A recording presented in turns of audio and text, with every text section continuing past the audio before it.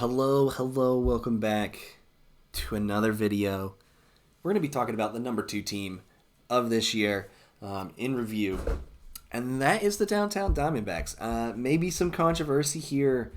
Yes, I know they did lose to the Eagles in the NLDS.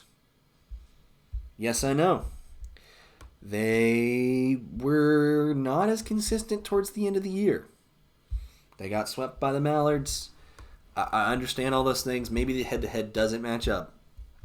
However, I still feel like this team deserves this spot. Here's why, and I'll explain. These guys going into next season are going to be really good. We say farewell to a really solid player in Michael Shima. The little guy, as people may know him, but big heart, big energy, guy who really gave his all for the team. And that, that's something to say, is that guy, when it counted, he stepped up and he was there. Not maybe the best statistical guy on paper, but still played very well at the end of the day. However, he did have a downturn in season this last year. .148, not so great. You are returning some guys who can produce. You got Jacob Pishka, can be in the lineup more.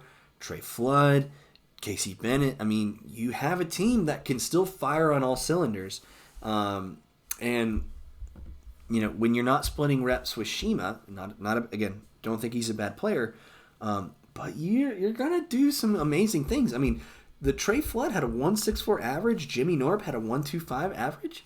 I mean, maybe this is a year that they, didn't make it. They, he had a really hot Eagles team that continued to fire, but on all cylinders, going all the way to the World Series. But imagine what they can do next year with a more complete and solid team and still getting pretty good draft picks. I don't doubt this Downtown Diamondbacks team to come back next year with a vengeance and get 3 out of the 4 championships. Like, this is a World Series team still. And anyone who says differently is kind of living in a fantasy land. I mean, these guys can flat out hit. These guys can flat out pitch. It's tough. Everybody above 200 besides Shima in average. In the playoffs, maybe it was a little tougher. In the playoffs, yes, it was a little tougher. I have harped about Jonah Heath's consistency in the past. Jimmy Norp was absent at the batting plate, which is a shock, and probably the biggest reason that the DBacks didn't make the playoffs. Pishka still play well, and Shima about consistent for where he is at the plate. But, I mean, if they return everybody, Trey Flood's there, everybody comes back, I mean, you're looking at a team, maybe this year wasn't their year, but it still could be next year. You're still talking about a team that could have a dynasty like the Wildcats all the way back when, from 2012 to 2015. You're still talking about guys who, Jimmy Norp, MVP, Jonah Heath, really good pitcher. Trey Flood coming into his own as well, consistently improving, becoming better. I mean, this is a team that is kind of putting all these new pieces together. I mean, even though you were expecting them to maybe make the World Series, this is a team that developed this year, took guys, and they performed in MLW. So I would be worried. I would be worried if you're the NL opponent. I still have these guys at the top. Maybe I really like to watch Josh Pate for football, watching the model. And the model still has, odds are, Downtown Diamondbacks still favorites to win next season. They have more consistency. I think they're a better four-man roster than the Mallards and the Eagles. I think these guys are really still. I mean, if you're don't want to play anybody next year, you still don't want to play the D-backs. So I would not count these guys out at all. They can flat out play, and it's still. I mean, Jimmy just bolstered that and can continue to bolster that going into the draft this year.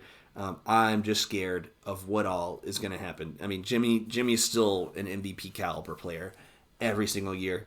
Yes, didn't happen in the playoffs this year, but he'll be there. He's at every tournament. He's at all the games. He has a passion, And that's the scariest thing, is that this guy is so passionate. He fuels his team. He both is the MVP. He invigorates. I mean, you feel so much better when you're on the field playing with a guy like Jimmy Norb. And I feel like you always need a guy like that in life, on your team, wherever you are. You need a guy like Jimmy. You need a guy like Kyle, Tommy, Jordan, Jack. You need those guys in your life, whether you're here or have a parasocial relationship like I do.